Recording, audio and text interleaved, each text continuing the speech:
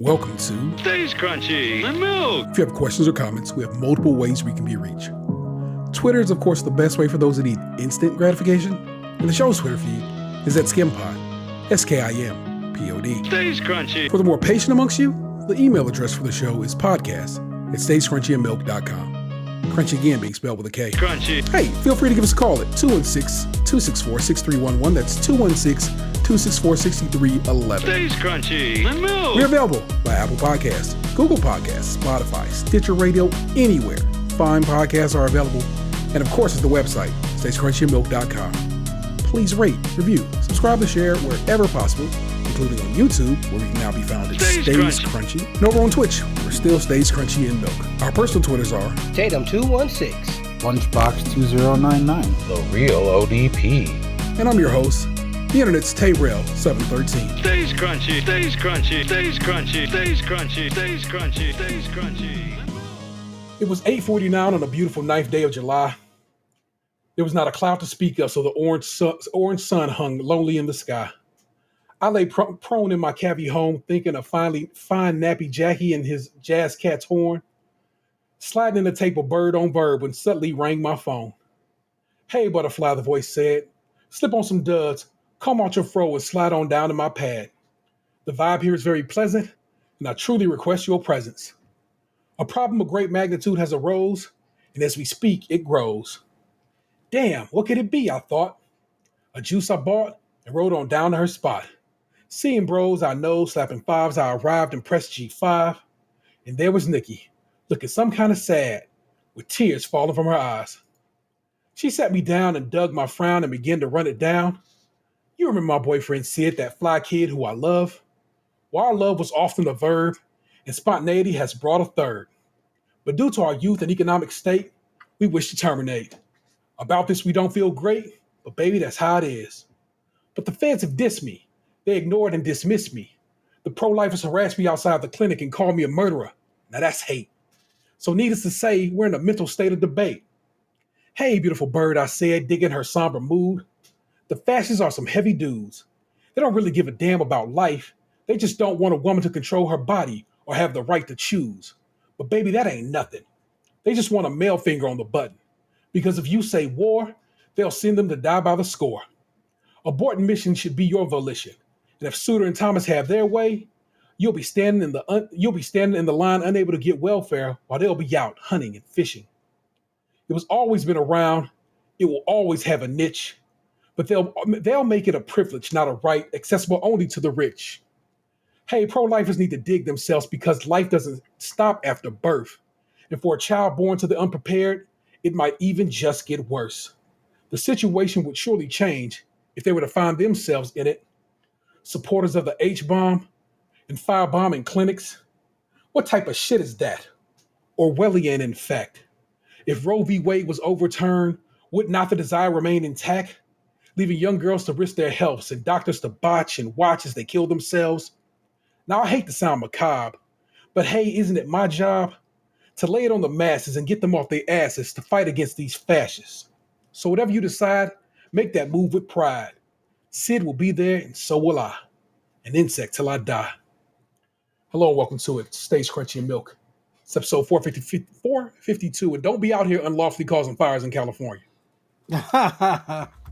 I'm your host, the Internet's Taylor 713, joined as always by my best friends, it's Tatum 216.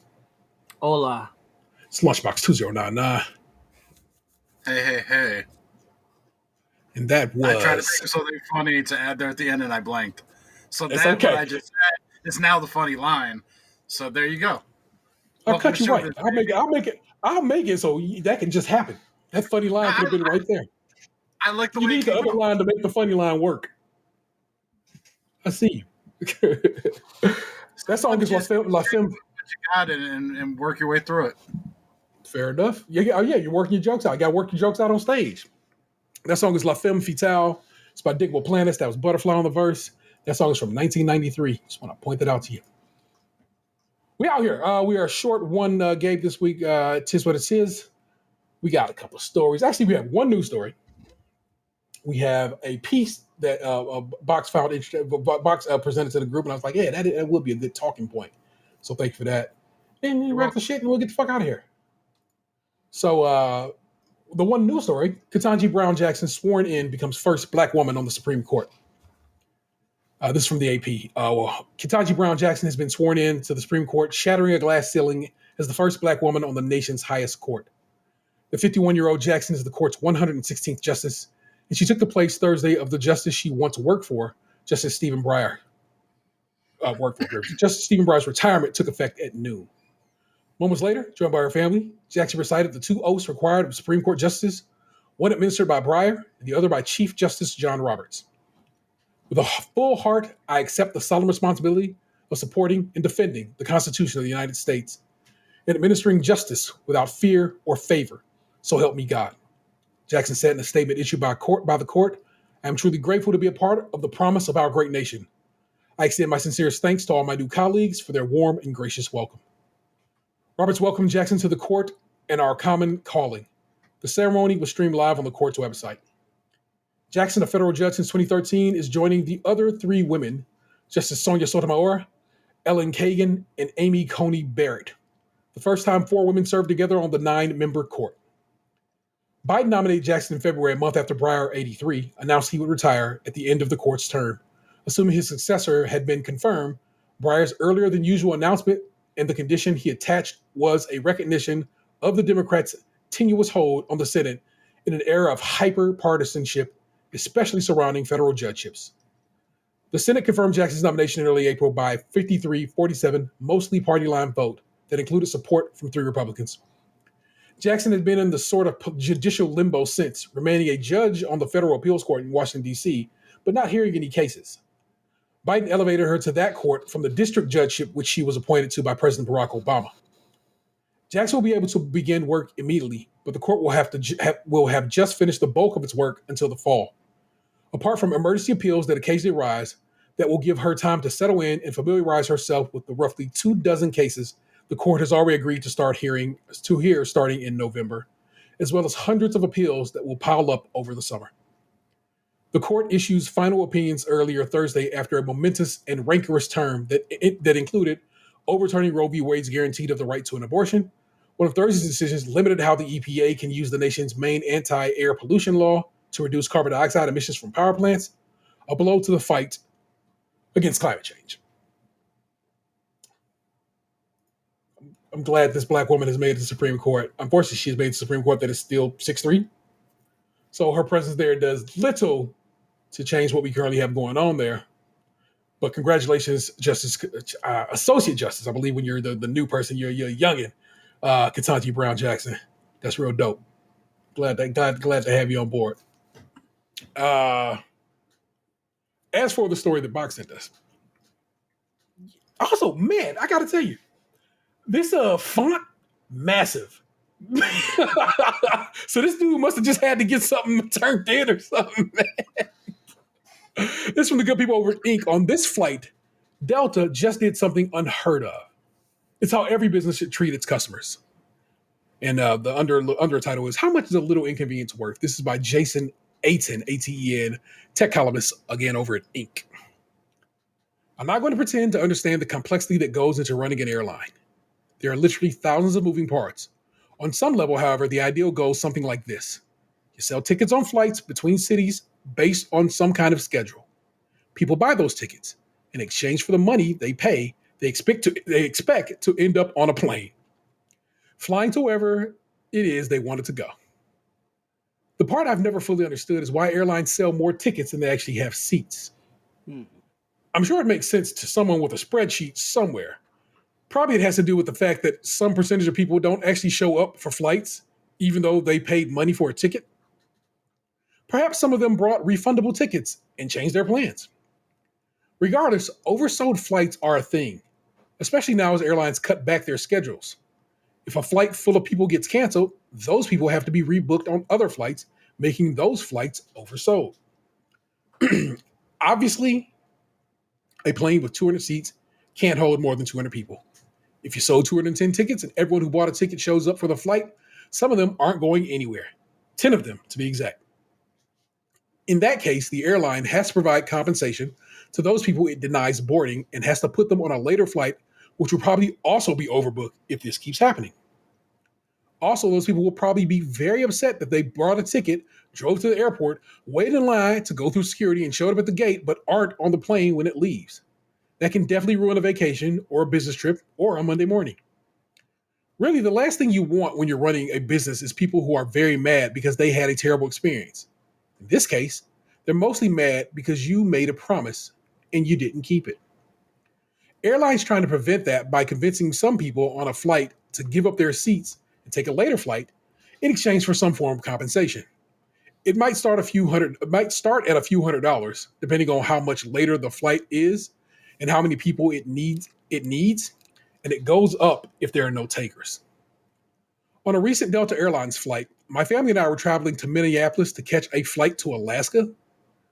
As we sat on the plane waiting to leave the gate, the announcement overhead explained that the flight was apparently oversold and they were looking for 8 volunteers. In exchange for their seats, Delta was offering $10,000 cash. Whoa. If you have Apple Pay, you'll even have the money right now, the flight attendant said. $10,000. On the one hand, you can certainly make the case that $10,000 is a lot of money to give to people for an inconvenience of taking a later flight. I think for the most part, that's correct. It is a lot of money, and if the later flight still gets you wherever you're headed, it's a reasonable amount in a reasonable amount of time. It seems like you'd be silly not to take it. Spoiler alert, we did not take it for reasons I'm not going to get into because my wife is still not pleased about it. Look, I get that there are a lot of variables that go into deciding how much money to offer in a situation like this. I would argue that $10,000 seems like a lot.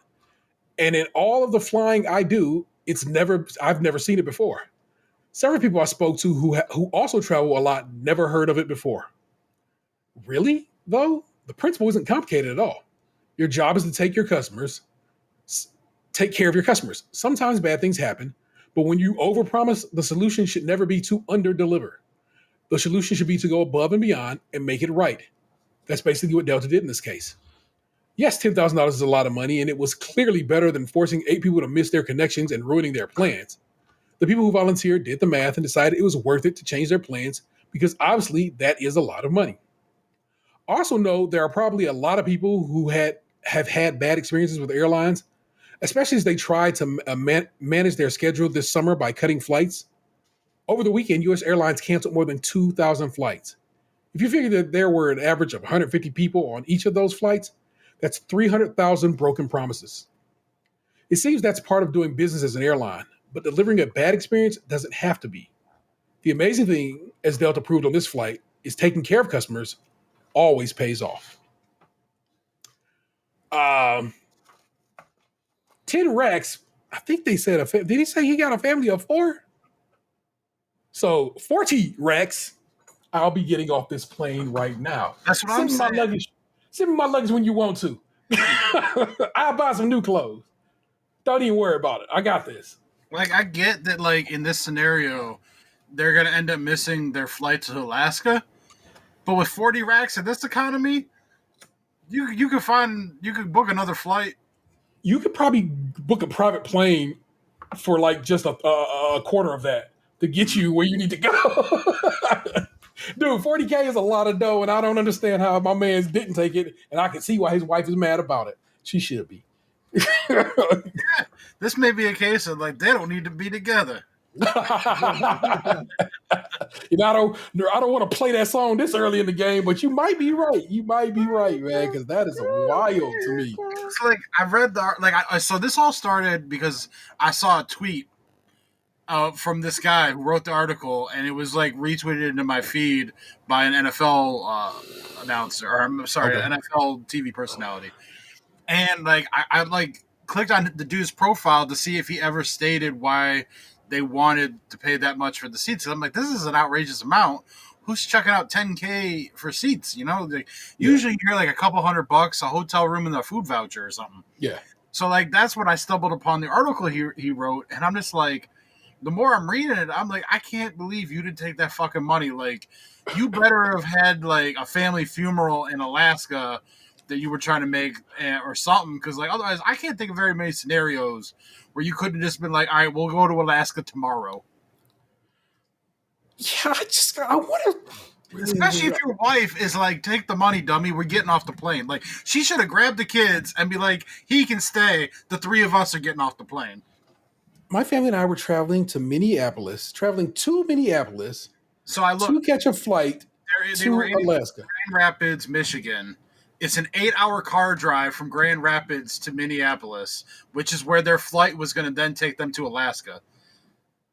Grand Rapids has a decent airport. I've flown out of Grand Rapids. Why not Detroit?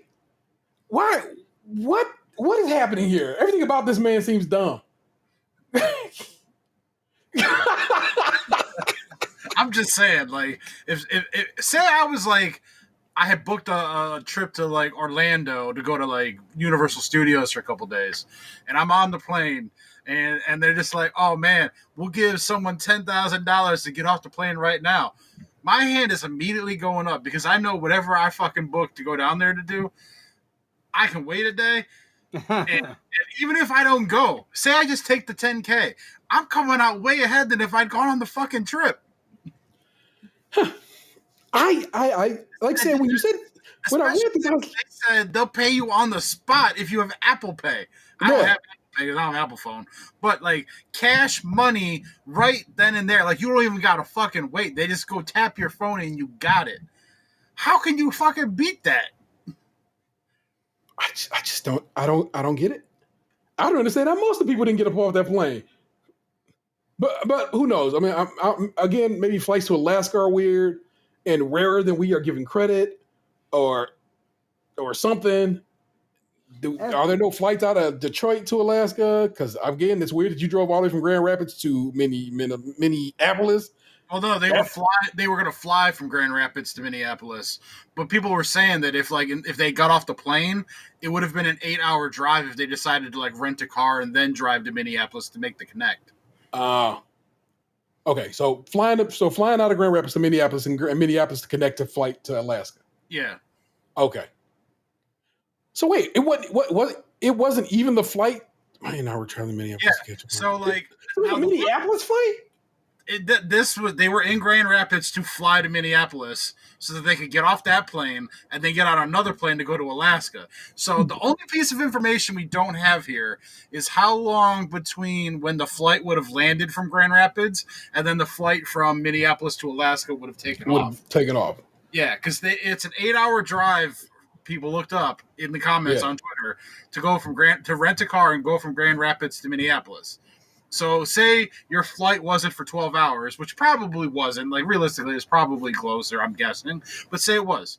You could get off the plane, go to the fucking like Hertz, rent a car, and then drive you and your family 8 hours right then and there to go to Minneapolis to catch that other plane and be $40K richer. Minus car rental and gas. I'm just going to take a quick look. I'd like to see. Now, granted, I don't know how you get your luggage back in that situation. Maybe they got to buy some new clothes and new deodorant. I'm all right. You know what? I'm sorry. You couldn't pay me $40,000 right now to drive 8 hours with my family. Sorry. All right, Grand Rapids, Michigan, Minneapolis.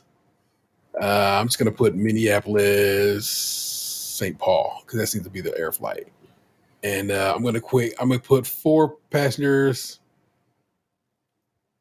Get quotes. Are you doing like an Uber? Basically, I want to see. Let's say we're coming back on the 9th, and get quotes. Oh, you say I can't fly out that day? Okay. How now can I say get quotes? Like maybe they were going whaling or something. You know, maybe they were chartering like a fishing boat and yeah.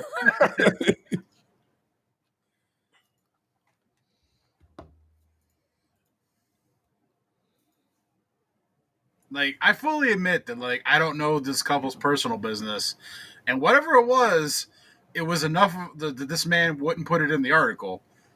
But I have a hard time imagining that $40K wouldn't be enough for some inconvenience. They're making me put my email in, so I just put in Gmail. Especially when he says in the article that the wife was like upset with him for them not taking the deal. So clearly the wife thought it was a good enough, like not a good enough reason to miss out. But for whatever reason, this man decided he has to get to Alaska. Like he wants them 16-hour days or whatever it is. I'm not joking when I tell you this right now. I just looked it up. This is what I want to know. I told you just rent a jet. To rent a jet, the lowest one, the cheapest one, and I said to fly from Grand Rapids to Minneapolis, $10,707. So he could have like put his phone out. They could have tapped a couple buttons. Bloop, bloop, bloop, $40K shows up in your Apple account. Then you go over to a hangar and be like, "Hey, bro, how much to fly is over there?" Oh, Yeah. 10K. I got that. You got Apple Pay? And like I said, and that's if you use this particular service. And that particular one is a Learjet 75 super light jet. It has 5 seats. It's from 2016. The plane is from 2016, and the direct flight is 45 minutes. Mm-hmm. I'm just how did you not? You still came out $30,000 ahead, basically. And then you get to tell people that you flew in a PJ. Yeah, you got the PJ. I'm stunned. Like Stunned. we got off this cramped ass Delta flight with like everyone around me coughing and having their feet out of their shoes and shit. And then my family got an extra $30K on hand, and we got to fly on a PJ. Fucking giving everybody monkeypox, and I got to get the fuck out of there and dipped out. It's oh my gosh, it's going from like to now it's just upsetting. You know what I'm saying? It's like this is why your wife mad at you. This is why y'all gonna break up. Man, it's gonna be hard when they have to sort out visitation for them 2 kids. In court, You think that you're like your dad didn't give you a college fund? She go to court and be like, "I demand primary custody." Well, why? Here's what happened on this flight, ma'am. Here's what happened on this flight, Your Honor. Let me introduce this piece of evidence into this is you know what I'm saying? This is an article that this dumbass wrote and put on the internet. Oh, so he just embarrassed you in public. Ma'am, I can see why you would divorce this piece of shit. I got you. Because that's what he just did. He embarrassed his wife in public. That's what he did. Man, fuck that dude. It's almost like he thought putting in the article and telling everybody that he went against his wife's wishes was like in his mind, like, I'm going to publicly shame myself so she's not angry at me anymore. But now you've got your wife calling you stupid and you got the internet mad at you. The whole damn internet, like, come on, bruh. Oh my God, just dumbest text. Just. Oh. Again, you embarrass her in public, which is the rule. Don't do that. You saw Jay-Z, you beat him in the elevator off that shit. Don't be embarrassing your woman in public, man. Just be real with you. Holy smokes. Oh, man, let's keep on trucking, man. We gonna run this show and we gonna run these jewels. What do you got this week? Well, I got 2 stories. First story is so on my son's birthday, which was Sunday. The first thing he told us is we gave him some choices. Now for your birthday, you want a cake? You want cookies? You want cupcakes? Or you want donuts? All above. Swag. That is one thing he said. Yes. Then he also said, I want cupcake donuts. So I said to myself, there's one place in town that offers such a donut. Jack Frost Donuts. Correct. So I got up early Sunday morning and I drove out 35 minutes to get him these donuts. And since I was on the west side, for 2 days remaining, one day remaining, Krispy Kreme donuts had strawberry frosted donuts. Did they say glazed or frosted there? Frosted. Okay. I feel like it's strawberry glaze. So, Either way, delicious. did you have them? Nah, I'm just like the vibe. You know what I'm saying? It's just Yeah. righteous. So I was just like, because was it Father's Day? It was either Father's Day or my birthday. I got up. I think it was my birthday. I got up and I went to the St. Krispy Kreme, thinking they would have those donuts. But yet the day before was the last day they had them. Forgive me. Strawberry iced is the terminology there they we go. used. Just like Swayte would say. Anywho, I get there to the Middleburg Heights Krispy Kreme donuts, and I'm standing there. Was the light on? Yeah, the light was on because it was like 6 a.m. Hotline bling, baby. Oh my God, Fresh Krispy Kreme be doing it. Well, they had the strawberry. I mean, I was only getting the strawberry ones, so that wasn't much of a. I think most of is it only the regular glaze that have they had a hotline that they keep on bringing out the hot for. Yes.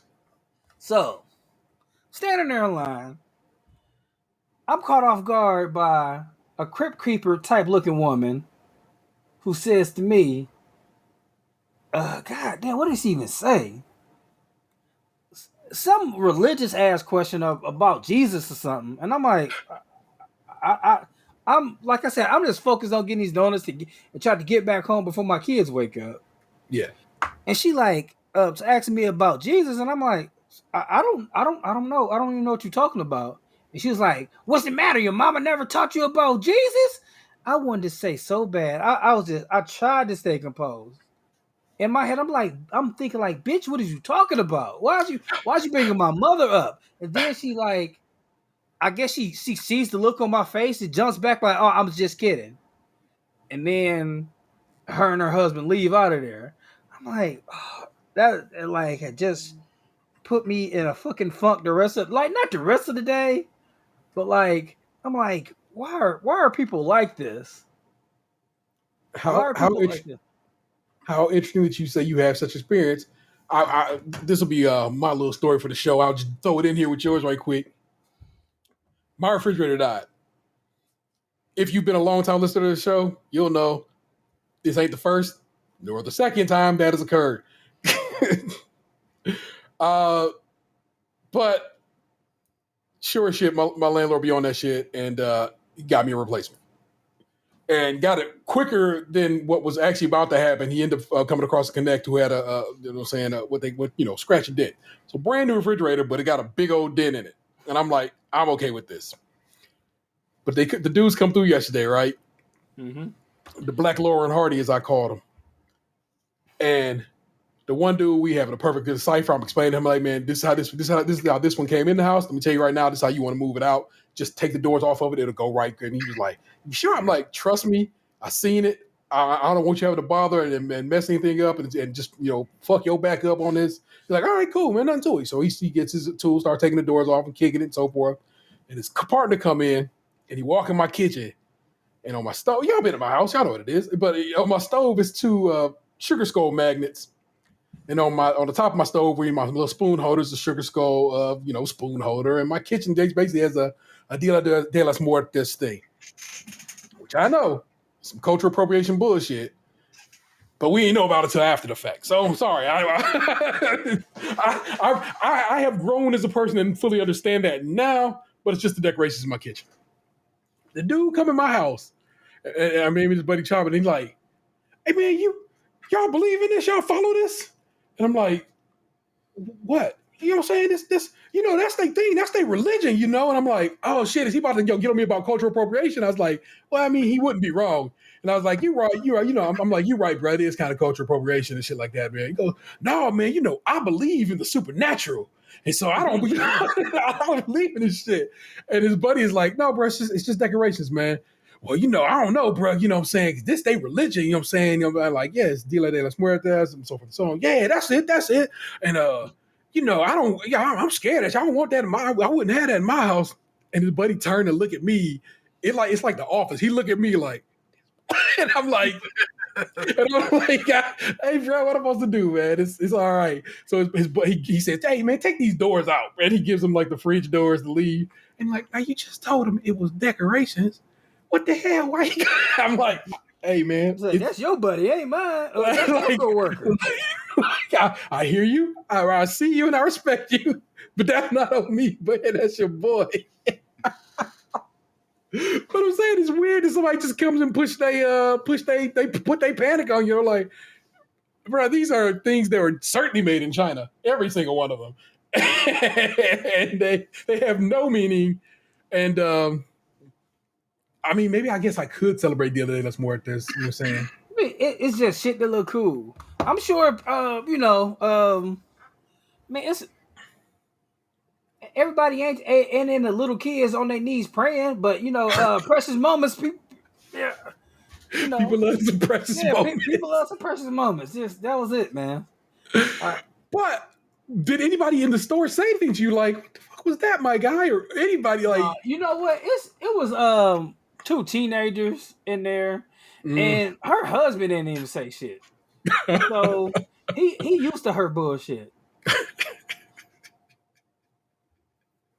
So like nobody said nothing. Like I don't know if I'm happy I didn't say anything to her, or I don't quite know. I'm still processing it myself, and that shit happened Sunday. So yeah, I don't know.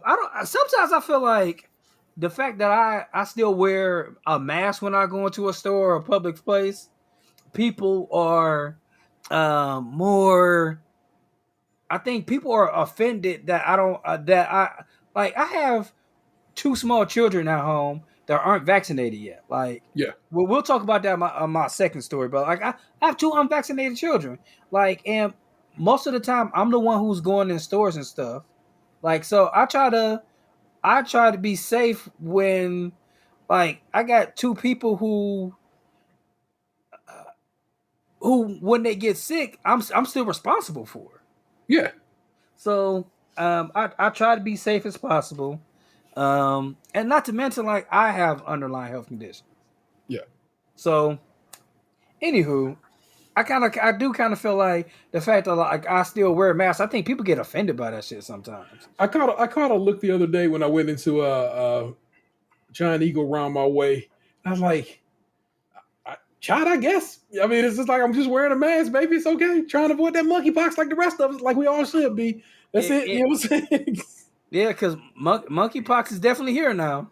Yeah.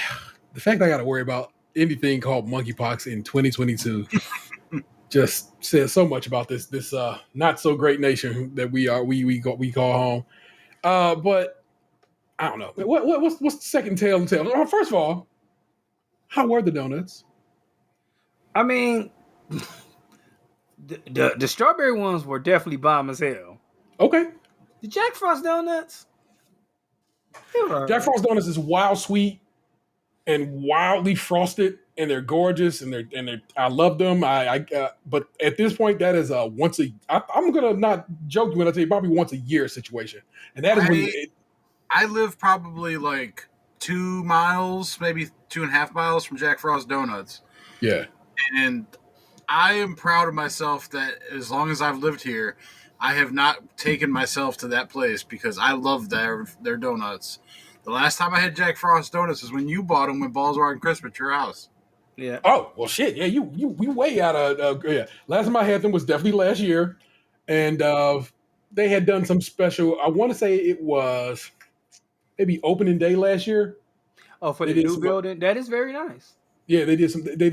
No, opening day is in like for baseball. They did some baseball themed donuts, and that is at this point a once a year situation. Like they used to bring them to work like pretty regular. My homeboy, my one dude who worked there, whose name just went out of my head, but used to work in the back. Didn't get along with the big boss. Eventually got fired. Dave.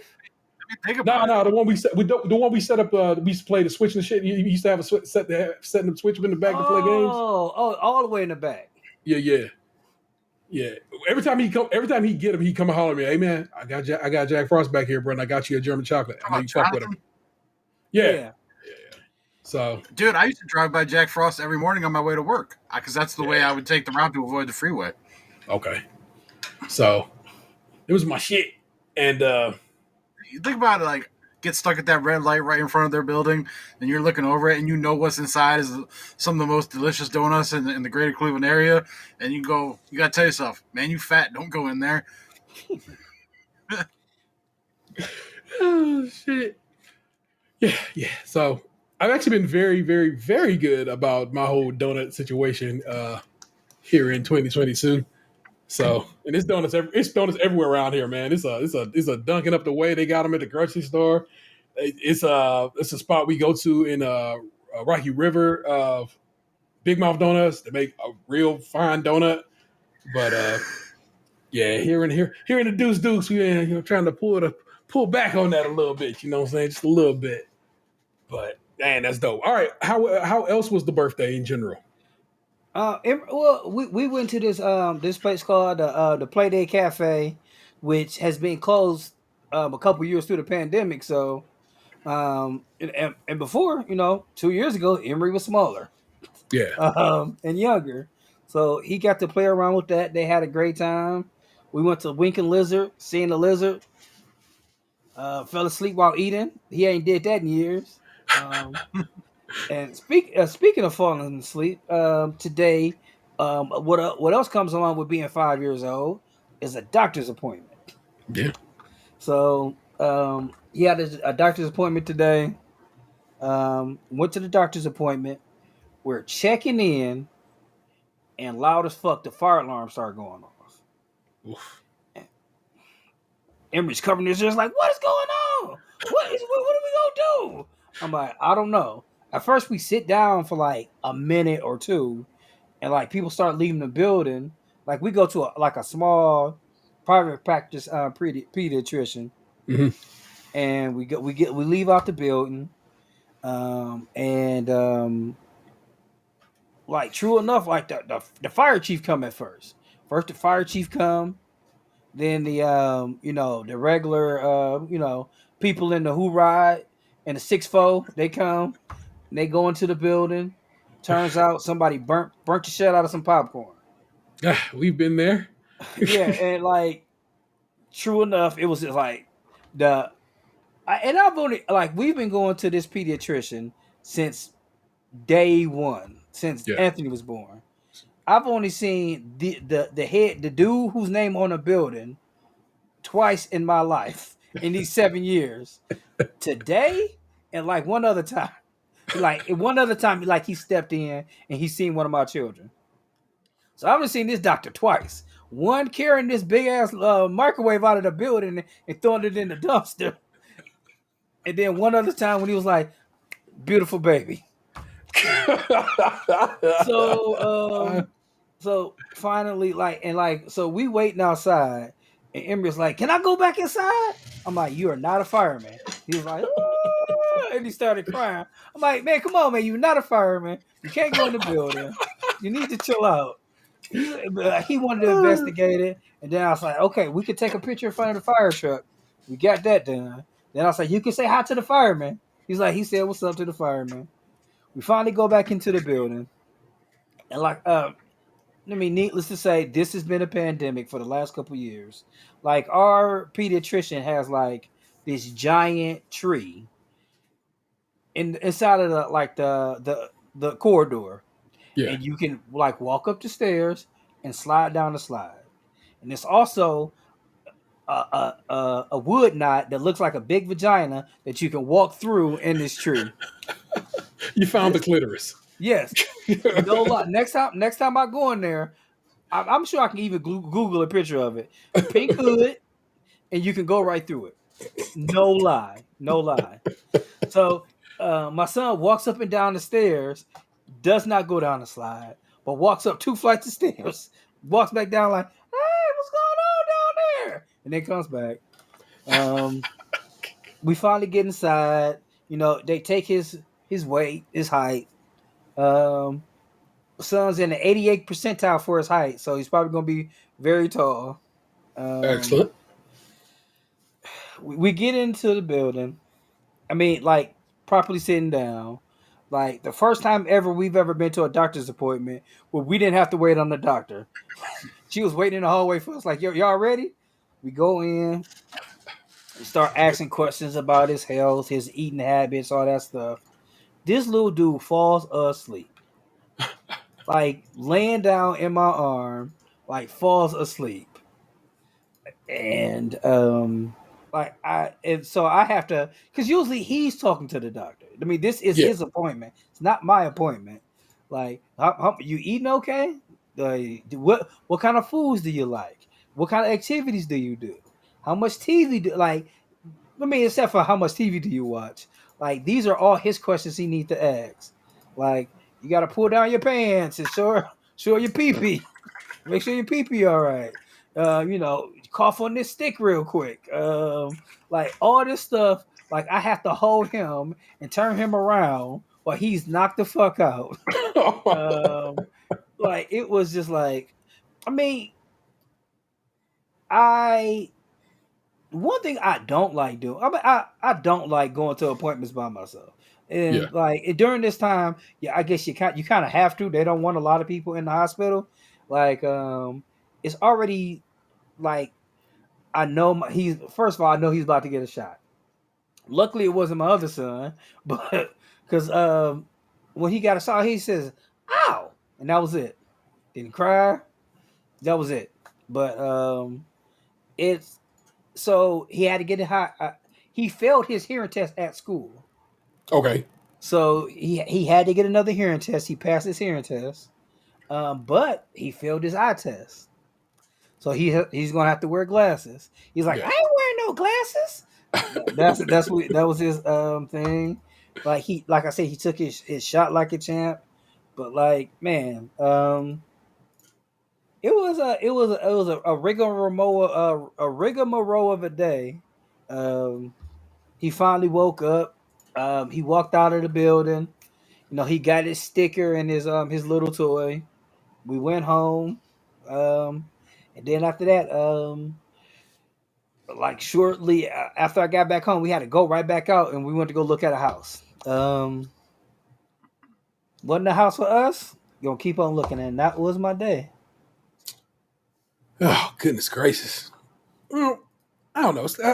It's very dope that you get to go. You get to take the kids on they doctor's appointments, man. I'm super. I was always that dude myself, and so I attended all when they were real young. I hit all of them, and I have to do them now. You know what I'm saying? Because that just is what it is. But Yeah, like I don't know. I know, not to get too much into our personal lives.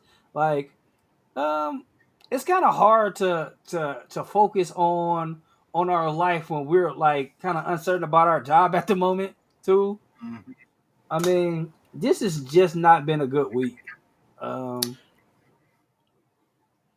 been pretty like on edge for over a week now, yeah, and like I'm looking forward to this 3-day weekend to hopefully like maybe kind of calm down a little bit. Like a buddy that I haven't talked to in a while reached out to me today. He invited me over Saturday to watch the wrestling pay-per-view at his house. And so like I'm gonna get out of the house. Like I told him I don't know when I'll be there because like we were planning on doing some stuff around the house here a bit, but like sounds like my buddy might abandon me pretty early. So I'd probably just fucking call it and head on over there sometime in the afternoon. But yeah, so I'll get out of the house, get to see some people. They'll ask me how I've been doing, and then I'll get to tell them about all my family members that died and how depressed I've been for 2 years. So, I'm looking forward to this conversation. I love you, man. you are just such a treat. It's because like in the last couple of years, I decided to stop lying. When Yeah. people like ask you how you are, if they really care about you, you can handle like 2 minutes of awkward conversation. It's not like I'm gonna sit there all night and like treat it like a fucking like what's the word I'm looking for here?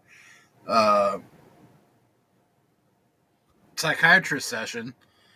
But like if you ask me like what's been going on, I'll tell you like this is what happened. It's all bad. some good was sprinkled in here or there, but this is where I am. Yeah. Fair. I'm saying that's real. Motherfucker, don't ask unless you want to know. You give them an opportunity. Have you come to the point of being like, do you really want to know? You give them that one. I haven't yet, but maybe someday. Maybe if I don't know the person and I don't want to talk about it with them, maybe I'll do it. But like someone that I've known for years, like this was one of the dudes like on my bowling team, and I haven't seen him since like the the pandemic started. So it's like he hasn't seen all the weight I put back on. He doesn't know I have long hair right now because I haven't had a haircut in 14 months by choice. Now, granted, that one's by choice. I can get a haircut whenever I want, but like he's never like this is the longest my hair has ever been in my life. So it's like I'm about to roll up to this dude's house and I ain't seen his ass in over 2 years. He has no clue what the fuck I look right now because I don't use social media anymore like that. I haven't updated a profile picture since pre-COVID. I haven't posted a picture other than my cat's cremation box since COVID, like before COVID. Everyone in my personal life that doesn't know me like on a close level has no clue what the fuck I've gone through or what. Like no one in like my Facebook world knows anything about my grandmother's passing away. They don't know anything about my cat passing away.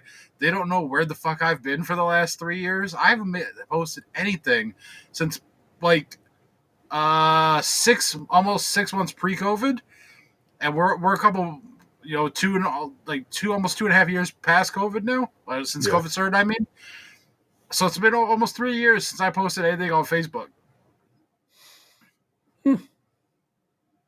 So they're blind to your existence. But again, like you said, it's the. I'm not saying these people aren't important. They have their levels of importance, but were they more important, they'd be more present, I guess, and beyond just Facebook buddy, right? I mean, yeah, like that's not the shit on them. I'm just saying it is what it is, right? I mean, like actually, I take that back. He has seen me. Okay. I forgot. We went to 2 Browns games together the year of COVID. Okay. So he has seen me since COVID. It's been a wild fucking 2.5 years. I forgot. I took him to the Dolphins game because I had tickets, and then he went to Cincinnati with us. Okay. So the last time I saw him, remember that restaurant I talked about with the peanut butter pie? Oh, yeah. I think about that pie more often than you would ever believe. We're not going to talk about that. That pie be on my mind. The last time I saw him was that day because he had his leftovers and he left them in my car. Yeah. I found him like a week later. He left them on the back window. Oh, no. I mean, it didn't funk up the car. Okay. Thankfully. But yeah, like I came out to my car like a week later to go to the post office, and I was like, "Oh man, Brian didn't take that." Oh, sir. So I guess I haven't seen Brian in a year and a half. Yeah. And what else is going? We were seeing each other like almost every week. Like I said, like we're on the bowling team together. Yeah. Like he went to actually the last time that I posted on Facebook, I was with him. We were in Pittsburgh at the Steelers game. Yeah. And you met the cool guys, right? Y'all met the other Browns fans, right? Like in the parking lot? Oh, yeah, in the parking lot. Yeah. Yeah, they were incognito with the Steelers shit, but they actually were Browns fans just because they didn't want their windows on the truck busted out. Yeah. I'm with it. Like, he used to come over here for wrestling. Like, you've met him. Okay. He was the one that, like, showed up one time for Royal Rumble, and he, like, had been in, like, the accident where the FedEx truck, like, crushed him and his girlfriend. Jesus Christ. I don't recall that, but criminy. Oh, dude. Like, he didn't bowl for a year because his shoulder was, like, all fucked up. Like, him and his girlfriend at the time, like, former fiance, were in, like, a van, and a FedEx truck just, like, crushed him on the freeway. Jesus Christ. Did he make out on that deal? He paid off his student loans, he said. Fair enough. But, yeah, so it's like, he's been with me for some, like, I met him through my other friends and, like, the bowling team, but, like, we've done stuff together over the years. I used to play Pokemon Go with him. He was, like I said, was on the bowling team. He used to come over here for some of the wrestling shit pay-per-views. The night of Beer Fest, the infamous Beer Fest thing, I was there with him that night. Okay, so that's the kind of he's a higher tier than just Facebook friend by a lot. Yeah, when I say when I said Facebook friend, I meant like everybody else that like it was Facebook friend, but I don't ever interact with in real life. Yeah. I haven't seen him in a year and a half because like COVID and being busy and stuff. Yeah, because like we didn't do bowling again, at least not yet. But like, and a lot of us aren't in any condition to fucking do that right now. Like I haven't bowled because like I don't have any strength like I used to. Like I haven't worked out since pre-COVID. Well, let's just say I haven't worked out in 3 years. I'm not going to count the months or whatever. I was like getting to the point where I was benching over 200 pounds there. I was slinging a 16-pound ball for 3 hours every Tuesday. I can't do that shit right now. I don't have any fucking like throw a 16-pound ball around strength. I'm not there yet. We're just like we're starting at ground zero. Yeah. Oh, goodness gracious. That's all that. I watched some movies this past week. Like my buddy moved back in, and so the house has been kind of chaotic. But in between him like rearranging things and whatnot, I watched Sonic 2. I watched that Sandra Bullock, Channing Tatum movie. I have to say, Sandra Bullock is a fucking delight. I started that movie. Did you watch that on? Paramount Plus. Paramount Plus, yeah. I started that movie and then I just stopped. But maybe I'll give that a go. It seems like a fun little romantic comedy. It is. So, yeah, it fully is. Sandra Bullock's just a delight. Yeah. And then the other night I watched the new Beavis and Butthead movie. Fan-fucking-tastic. Really? Amazing. Excellent. Fucking loved it. I think Nick said the same thing. Like Chaffee was like, he said it was just okay. So I have these various of opinions on this movie. I'm like, I fuck with Beavis and Butthead, and I like Beavis and Butthead Do America. A lot of people didn't like that movie, but I fuck with that movie. So give me some more. Beavis and Butthead Do America will always trigger a certain memory for me. I remember begging my grandmother to take me to go see that movie. And like I promised her that I would get like A's in all these different classes and stuff if she'd take me. And I remember too then, like I'm pretty sure Beavis and Butthead came out around like springtime or something. And so I knew it was coming. And I remember asking her. And then I'm pretty sure it was this particular movie that I was at my dad's for like Christmas. And I was probably talking with my family about what, asking my grandmother to take me and all that. And my uncle, who was at the time, he's the youngest of my grandparents' kids. So at that point, he was probably in his 20s. He like shit on me for me being okay with going with my grandmother to see that movie. Like he was like clowning me for not being ashamed of it or something, And I remember hater. My stepmom being upset with him about that because she like couldn't understand why he would like make fun of me for being okay doing things with my grandmother. Yeah. Even though that is kind of like a raunchy movie, but the fact that I wasn't embarrassed to be seen with my grandmother to go see it, like she like was offended for me. Just because you were more man than he was when he was in his 20s and you were a teenager? I mean, that's really more on his ass than you at that point. Now, the thing about it, though, is he apologized to me a couple of years ago about it. Wow. I think, like, my stepmom had said something at some point about him being shitty to me about it because she really was upset about it. And, yeah, a couple of years ago, like, he apologized to me about, like, the way he used to be and some of the shit he said to me and stuff. Growth as a person. We respect it. Gotta love it. Gotta love it. Yeah, you have such fun and interesting tales, bro. It's like Storytime with Lunchbox, as is what this segment is actually called. It's just always proves delightful to me. I'm sorry. I realize there's a lot of shit. It's been some lots of ebbs and flows over these last couple of years, but you bring a lot of joy to your boy's heart, man. It's necessary. It's necessary, okay? So, because some days it's like, whew, I need a little something. There you are, right there to fill me up, bro. Right when I need it. Thank you. My dad texted me the other night to check on me, so that's something I'm getting used to. Yeah, it's been happening more lately. You know, every couple weeks I get a like, "Hey, how you doing?"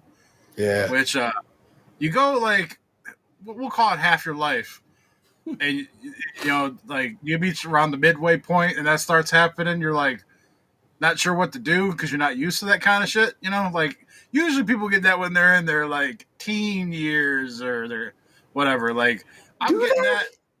I would think because kids got phones now, right? Good I would question. just assume that like your parents would send a like, "Hey, are you okay?" text, like, "How's it going?" Like if they're not around you for a couple hours or something. I'm 36, pushing 37 this year, and I'm just now getting used to like, "Hey, how are you?" from your father. Like that's kind of fucked up, right?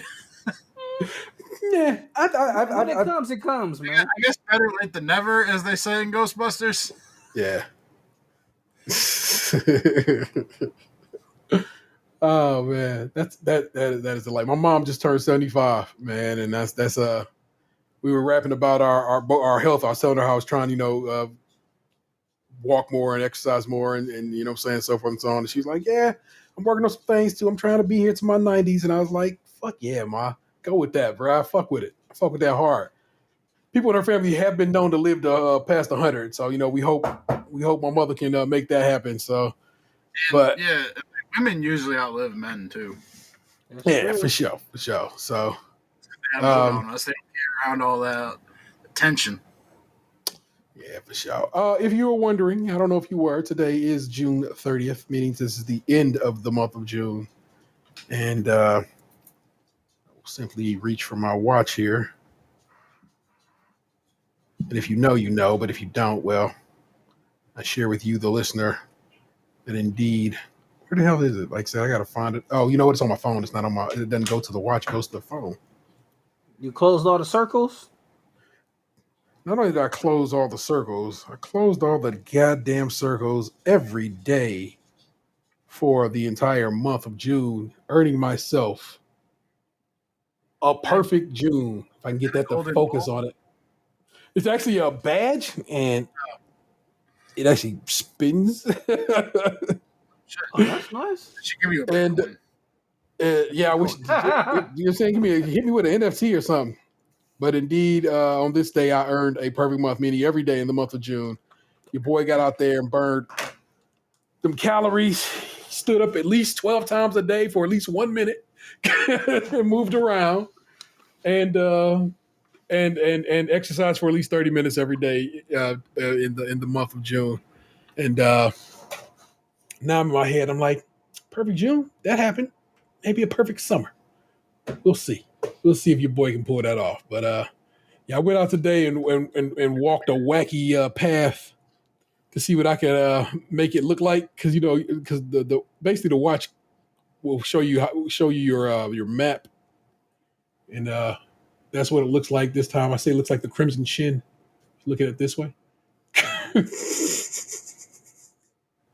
So yeah, I was like, I'm gonna get these steps in one way or the other. And yeah, I did that, and I'm not like yeah, look at me, I'm so whatever, but I am like, hey man, I'm trying, and That's what matters the most. Making yeah, yourself feel good about yourself. yeah. So that's what's been walking on this path. Like I said, I told you about the hilarious delivery men earlier. What an experience! But we're gonna keep it moving, people. We are going to head on over to Reddit. Oh, did you? Oh, yeah, that show only went up today. So your friend didn't know that we responded to the IRL "Am I the Asshole?" So hopefully they get to hear that and then hear our response to it and do something with it. But Yeah, I haven't talked to that person in a couple days. I'll hit him up. no worries. We got on down to Reddit. And we slide into the subreddit, Am I the Asshole? And this week's Am I the Asshole is, am I the asshole for arguing with my daughter's dad after he told her about his diagnosis? Am I the asshole for arguing with my daughter's dad after he told her about his diagnosis? Me, female 36, and my daughter, Leah's 13, dad, male 37, got divorced 3 years ago. We used to share custody of her, but now that her dad recently got diagnosed with cancer, things are a bit of a mess. He and his family have been busy with his illness, and since Leah hasn't gone to stay with him for 2 weeks now, he and his sister visited days ago. They saw each other, and he requested a private minute with her in her room. I gave them all the privacy they needed, but as soon as I heard commotion, I decided to enter the room. I walked in on them hugging, and both him and Leah were crying. I freaked out because I didn't know why she was crying, and she refused to answer when I asked. She left the room, and I immediately asked her what happened. He told me he just told her about his diagnosis. I was in shock. I asked if he seriously did that, and he looked at me confused. I told him he shouldn't have done that without telling me.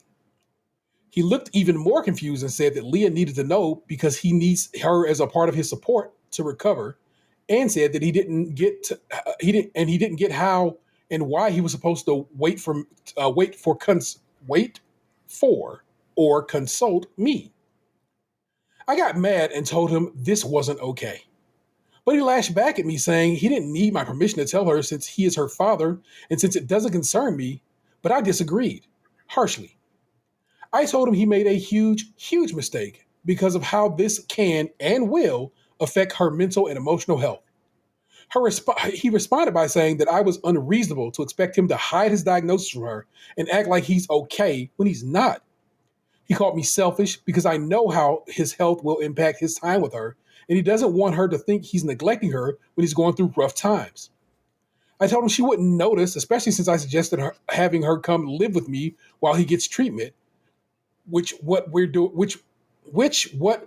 doing as of now. He didn't like what I said and tried to walk out, but I told him that we weren't done. His sister came in and started arguing with me and then told him to get ready to leave. She chewed me off for about 5 minutes about how I should stop having expectations of her brother and acting like I have authority or legal connection to him. And then I had her leave because I couldn't take it anymore. We haven't talked since because his sister has been all over me about it. This person did not end with the question, am I the asshole? But you know what? Yeah, definitely an asshole. As a person who's had a brother who died from not cancer, but cancer like complications, it's a whole new ball game. Like when somebody has cancer, and it really depends on what cancer is, like it's so many other things that need to be in a row and like need to be like, it's like you said, stress management. Like that person needs to be in a constant clean environment. As far as like, it's a whole lot of little things that go along with it when you have cancer. Because like if they have certain kinds of treatment, like they can't do certain things that like they can't take care of a child in certain ways. And like imagine going through that and your dad just not saying shit about it. Your dad loses their hair, their eyebrows, they lose a ton of weight, and your kid, you just acting like you okay. What just wasn't gonna fly. Yeah, it couldn't possibly work out. And I am stunned by this woman's correct selfishness. And I know in her mind, she's like, well, it's my daughter. I want to keep them safe. But it's like, you're not keeping them safe. You are, if anything, doing more harm. And you just want to keep her at your house all the time.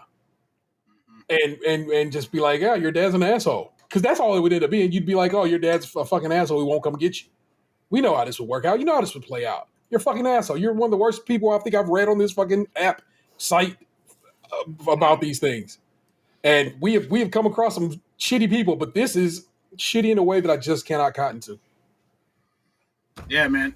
Illnesses are a tough thing to juggle for everybody, and she's not doing a very good job. Yeah. Well, we got one bright old comment. So let's read this glow in the dark comment. This is from Crystal Queen 3000. Thanks, Crystal Queen. You're the asshole. You told him she wouldn't notice and wanted him to hide it from her. She's 13, not 3. She would absolutely notice. Normally, I'd agree that this warranted a conversation with you so that you could both break the news together and that you'd be there to support your daughter. But it's absolutely clear that you wanted to keep this from her. And I don't blame your ex for what he did. He then tried to walk out and you blocked his path and told him you weren't done and caused a massive scene. What's wrong with you? He has cancer. That's rough to go through. And what he doesn't need is an ex that thinks she knows better than him, getting in his face and causing problems. That has 9,000 likes, multiple awards, and I'm gonna sprinkle some respect in your name as well, Crystal Queen 3000, because I think that's how I'm feeling about this. Have you guys ever tried to hide something from somebody you love, and you went in it not wanting to tell them, Yeah, we've been there. and like he might have wanted to say something to her about it, like, hey, we're going to talk this out before we tell our daughter. But being around somebody you love and you have something on your heart, sometimes it just you didn't plan on it coming out, and I mean, they're exes for a reason. Yeah. I don't have to tell you to break up this week because you already did. Stay that way. Fucking asshole. I think we should institute I guess starting today, how many people should break up? We should have a tally. Yeah. A weekly tally, like break up and make up. You're like, fuck off. Y'all should not be together. Oh my goodness. All right. Yes, she was an asshole. Anyway, but here's another one for you. So this is a different subreddit that we're gonna hit up. My kid came across this on TikTok and laughed about it, and then I was like, "Oh, you got to send it to me. I'll read it on the show." And they could never find it. And it's been weeks and weeks and weeks. And today, all of a sudden, this morning, they're like, "I found it." And they send me the videos on my phone, and I'm like, I don't know that subreddit. So then I go and looked it up, and I find a new subreddit. Now we ain't gonna probably do these regular, nothing like that. I don't know if I want to walk these walks, but this one in particular is very funny to me, and I thought you guys would get a kick out of it too. It is the subreddit, Dear Reddit, today I fucked up. And you know how AITA is Am I the Asshole? This one is TIFU, today I fucked up. And this person wrote, this is a Reddit user, Captain White Lightning. And this is from 11 months ago, so this is an old one. It's funny that it's just now making these TikTok streets. But Captain White Lightning 11 months ago today said, today I fucked up by telling my wife I didn't want to shave her butthole. Whoa. So my wife loves to watch TikTok videos at 100% volume while I watch shows she doesn't really care for. Eventually, I just give in and watch them with her on her phone. Bless you. Thanks. Some of them are actually decent. One started as a prank video between a husband and wife. The mildly attractive wife in the TikTok made up a story about her normal spa being closed, and she needed her husband to wax her booty hole. And that completely grossed the husband out. My wife then looks up at me and jokingly asks, would you shave my butthole? Without thinking or missing a beat, I responded, no, but I would shave her butthole. Oh. Instant regret flooded my whole body. I didn't mean it, but I knew that didn't matter. She turned bright red with tears in her eyes and stormed off. Then I said the least likely sentence I ever thought I would utter to my wife as an apology. Baby, come back. I didn't mean it. I would love to shave your butthole. She has not talked to me in 3 hours. TLDR, today I fucked up by telling my wife I would shave some random woman's turd cutter on TikTok before I would shave hers. He does return with an edit that says, we eventually made up and I even showed her this post and we had a good laugh. Some solid advice in the comments for those looking for the TikTok. It's from Billy and Brandy and should be easy to find. I don't know if Billy and Brandy, and I don't want to go digging up their TikTok work. But holy cow, I thought that was quite amusing. Also, the term turd cutter is new to my lexicon. I was unaware of that as being a thing. I've heard that a time or two. Oh, right on. A time or two about a time or two. In the realm of entertainment, I really have not been on much of anything. I did watch Ms. Marvel again this week. Still enjoying Ms. Marvel and so forth. And I'm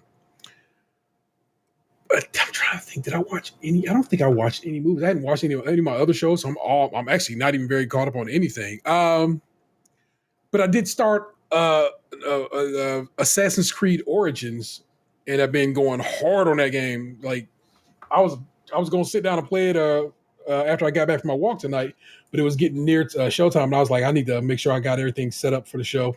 So I did not get on my Xbox, even though I wanted to. I want you to know that. But that's on Game Pass. If you have a Game Pass subscription, you can get that game free, and they also will give you a perk that'll give you 2,000. Start you off with 2,000 drachmi in the game, so you have some money in your pocket to start the game with, which is kind of nice. So again, if you got Game Pass, take advantage. And Assassin's Creed games. If you fuck with those Assassin's Creed games, this is one I skipped, and now that I'm playing it for free, I'm like, I probably shouldn't have skipped it. It's very good. It has an Egyptian protagonist, therefore a black protagonist, and that's pretty dope. And I'm having a real good time with it. And the one I played, the one I played before this was the one after this, which was Assassin's Creed Odyssey, and I really enjoyed that one too. So it's a good time to be playing an Assassin's Creed game and getting there, playing around. So that's basically all I've really been on in the realm of entertainment. Which you guys, I mean, Box told you earlier he watched some Sandra Bullock, but you guys been playing or watching anything else? I watched the latest Miss Marvel today. I'm caught up on The Boys. I finished Kenobi the other day. What'd you think of that ending? It's okay. Like, I mean, the series itself overall, like, didn't, like, wow me in a lot of aspects. But, like, the last couple episodes I thought were, like, better than the first couple. I think part of the problem is they do these series and they announce them and then we get all excited for them. And then they're, like, so short that they have to try and compact a lot of stuff in the short amount of time. And so, like, sometimes it comes across a little flat. Yeah. But overall, it's okay. Like, not horrendous, Saw an article today, didn't read it, but saw the headline that said that the Obi-Wan series was actually going to, where they were considering doing a 3-movie arc. And I'm like, I don't know if it could have supported that. I don't know if it could have held that kind of weight. Yeah, but one of the writers on the show didn't actually work on the show. They used his material that was going to be in the movie, the Kenobi movie. But then when Disney decided to not do the standalone movies anymore, they took that material that was going to be the movie and they turned it into this show. So he got a writing credit for this, even though he didn't technically work on the show. They used his source material. Yeah. Makes sense. So that fight scene between Vader and Obi-Wan. I'm spoilers if you have not watched that yet. I'm not to be whatever, but that fight scene was probably one of the best fight scenes I've seen on Disney Plus in general. It was really dope to see two Jedis kind of at the height of their power going back and forth. I felt that scene, that fight, made the whole series worth watching. Yeah. That's kind of where I was at with it too. That it's like, oh my God! You're saying you hear them both talking in Hayden Christensen's voice and James Earl Jones's voice coming out of his mouth at the same time. It's like, that's way cool. And just, I don't know, man. I liked it. I liked it. I liked how he finally got to see Qui-Gon. We all knew that was going to happen. That was so obvious, from the beginning. But I was glad to have seen Qui-Gon. I was glad to see the Emperor showed up for a little bit, a little shake of that. Like, okay, cool. A little bit of everything we need. You know what I did want to see that I really wish we would have got? Just some Jar Jar. I want to know what's up with the Gungans. Still to this day, I'm like, what's happening with the Gungans? So that would have been fun and fly to me. So if you had listened to the episode of the Cousin Cecil show that I had guest starred on a couple weeks back, you would find that my explanation for the Kenobi show of what some of the characters were turned out to be 100% accurate. Nice. Oh, see, now I got to go back and listen to it because I love going back and finding out motherfuckers like, I was right the whole goddamn time. So I fuck with it. I'm down with that. That plus plug Cousin Cecil show. My man Mike Fowler. You should probably be like, if you get down with us, you should get down with that. I'm just be real with you, man. These are that's the homie, and I have to get him back sooner than later. I told him I get him on a show solo, and I need to make sure I do that. Ant-Man, you watching, gaming, changing, doing a damn thing? Well, I you know what I've been playing. Still goes to Speaking of Mike Fowler, he said One, he asked, "Is a taco show the First We Feast does?" And he asked, "Does Ant watch that?" And I'm like, "I don't know, but I'll find out." I do. Good, I'm all good. caught up And on he that. also said he hopes you platinums go to Tsushima because you play it so hard. I'm like, I probably won't. Certain shit, like I'm not gonna say I was terrible at, but like I'm not gonna find every single flower. I'm just not. I did. It's easier than you think because at some point they give you the tools to like just like they do in Spider-Man where they basically just put it on the map for you. Yeah, but So it's like you just go to it. like I'm just not gonna find every flower. I hear you. It's not that's not how you play that. That's not that, but to me, I mean, sometimes when they make the collectibles so easy, I can't help myself. I'm like, fine, I gotta go get it. like right now, like I don't know, like my window. Well, I'm replaying it now. I'm 70%. I have a 76% completed, but I still got to do 2 more islands. So I've done a whole lot in the game. Yeah. I never played that Iki Island expansion. I probably should, but at that point I should probably play the whole game over again. No. Because I mean, you don't really have to. I'm just out of shape. And you know what I'm saying? I gotta get back, and cut in shape. Yeah, like that's a fun experience and it's hard. I played it on easy and it's more difficult because they start doing that chanting shit. You know what I'm talking about? No, I'm unaware. So they start doing this chanting, and before you can like just beat people up or cut them up, you have to destroy the shaman. Like you gotta, murk him first, because if you don't, his chanting and like pretty much enhances their strength until you stop him from chanting. And so like you got 5 or 6 dudes, like you gotta hurry up and murk him before you take care of the other dudes. It's good in like I think that's when you finally have dudes like rogues following you and stuff like that, which is interesting too. It's almost Streets of Rage good. Streets of Rage 2 good. Like Streets of Rage 2 is my favorite game of all time. Yeah. Oddly enough, my kids were playing Streets of Rage 4 the other day. So Emery seen me playing, and then since I downloaded it, he stopped playing whatever Lego game they was playing and started playing Streets of Rage 4. I'm like, y'all gonna have to be quiet while y'all playing this game. Don't begin to pump. Don't be yelling they dumb and stupid. Don't be yelling, oh, I killed him. Because if your mother come down here and found out y'all playing Streets of Rage 4, everybody gonna be in trouble. Play the game and don't say nothing. Silently enjoy yourself. Yes, like keep it down. But yeah, I mean, and then like I've been watching Discovery Plus. If I could only pick one outside platform to have, it's a smart bet. For no commercials and all the shit that they can throw at you, which is HGTV, DIY, Food Network, Cooking Channel, and a couple other things I don't know and I don't watch. I would say if you only got $7 and you can afford it, I think that's the platform to go for. You can watch so many different things. By year's end, they're supposed to have merged with HBO Max, so you might have a nice, real chunky deal coming your way soon. Well, if I have HBO, so I get HBO Max for free. That would be super dope. I've been watching this show called Bargain Block. Okay. And it takes place in Detroit, which, Detroit is Cleveland's little brother.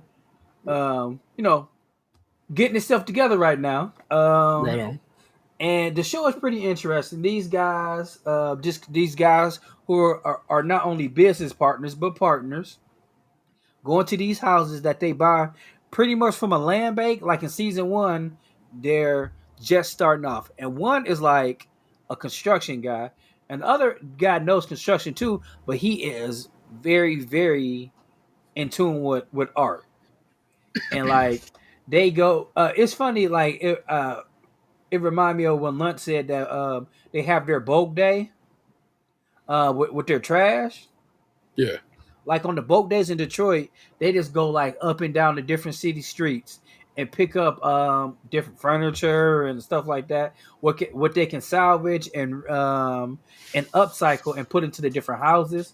So Mhm. not only do they make the houses, sound, but they make them beautiful, and they do it in these dilapidated neighborhoods.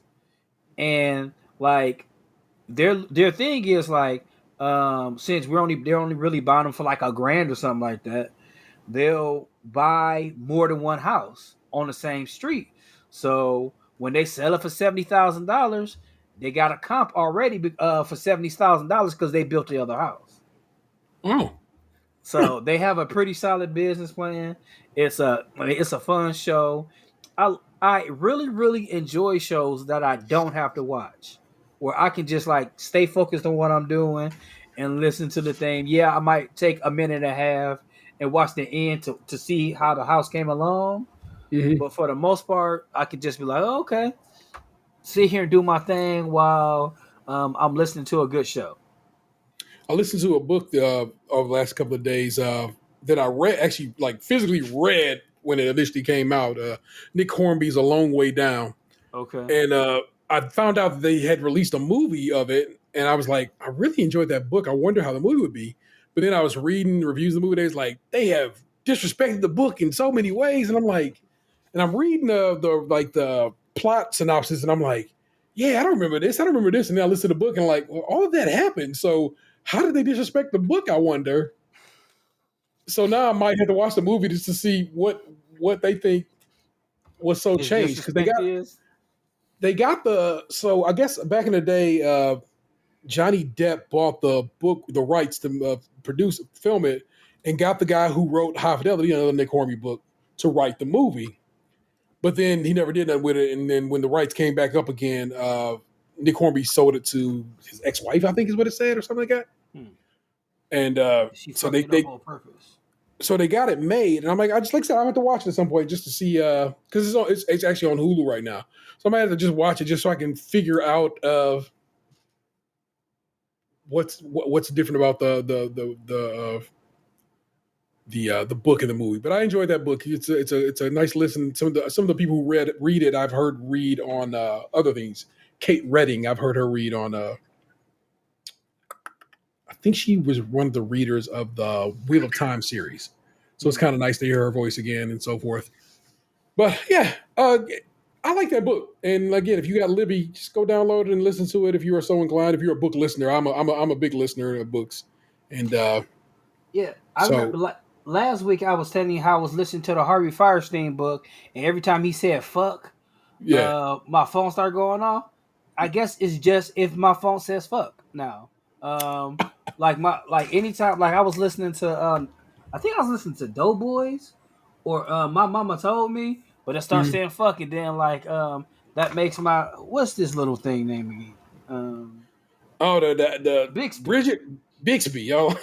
Yeah, every time some not me, not if I say fuck, because I just said fuck and nothing happened.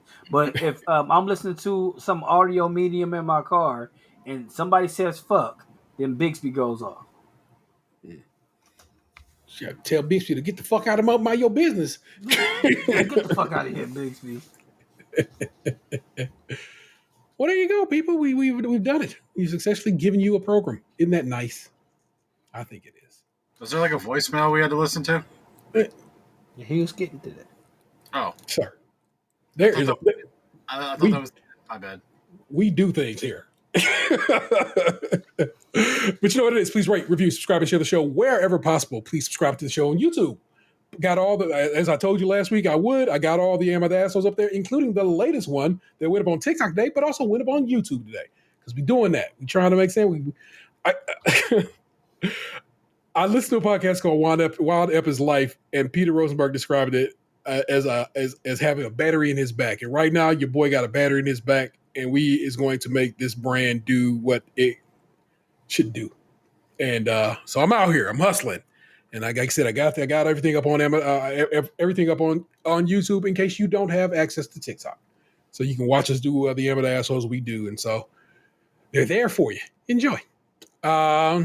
You guys follow us on Twitch and over on Twitter and so forth and so on. If you want to support the show financially and have a few bucks tossed away, you can join our Patreon, where members of the $5 and above tier get extra content each month and early access to new shows. We have merch available at tpublic.com/user/stagecoachyandmilk, all one word. Feel free to give us a call at 216-264-6311. That's 216-264-6311. We'd love to hear from you. And this week, we did. Give me a second. We're going to have to click a couple of buttons here. Hi, Stage Crunchy and Milk guys. Sorry, I am down in dumps. I'm a little sick. Hopefully you can hear me okay. I'm raising a 3-year-old, not by choice. So I'm not able to hear you guys as much as I would like to. I don't remember who said it, but pocket pussy was said a lot around the house after hearing it on your show. No, I'm sorry. I don't know if it was me, but I'm so sorry. And he thought it was hilarious. So I'm not able to hear you guys the way I used to. But I'm behind on shows, and I would like to say yay on Dan and his new toys and cups. Gabe, if you write a male version of maybe a Zane book, I would read it. It would be yes, Zane. And I would like to thank you guys for giving me a shout out on your 9th anniversary. What I plan on doing is using my husband's phone, my kids' phones, when they get together for the holidays, and trying to leave as many reviews as I can. So when I'm able to steal their phones and their passwords are easy, it's usually something I know, then I would definitely leave more reviews. I love you guys. I love the show. And believe me, I'm listening to you. Just can't listen to you the way I used to. So take care and see ya. Bye. Bye-bye. Oh, this is April, by the way. No, come on. We know. Maybe we need to send her some wireless Oh, hey, that headphones. repeated. Sorry. What's up? Maybe we need to send her some wireless headphones. Why? Just because? Yeah, because she can. Oh, so she can listen without messing up her, us influencing her grandbaby's ears. Yes. Agreed. April, we're gonna get you a little gift pack together so you can listen on the humble. I look at it like we're just fun for the whole family. I'll never forget when I was very small, and it was me, my mom, my dad, and my brother, the whole family in the car. Then I think we were on our way to go fishing somewhere. And my dad was like, "It's my dog shit out here." And that was the first time I had ever heard that combination of words together. And I said, "Dog." And I think we had an O's 88 at the time. So it was too far back for my mother to reach back and grab me. And I just said dog shit the whole way, the rest of the way there. Because it just sounded so good together. Dog shit. Dog shit. And strangely enough, when I got older, dog shit is one of my favorite songs by the Wu-Tang Clan. Hey.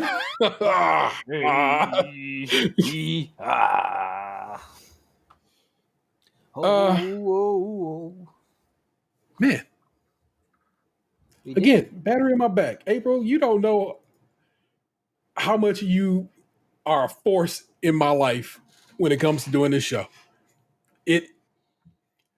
It gets me square on my feels every time. It makes me feel better. It makes me feel like I'm doing what I need to do. Here I'm cursing again. So again, your grandbaby can't listen to the dang show. I'm sorry.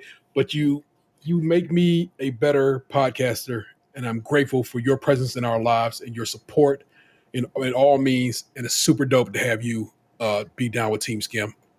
And thank you for that. So that's what's up, man. Our missing man, is the real ODP. You have really no means to send him love. We still have him banned from Twitter right now. He's not banned from Twitter.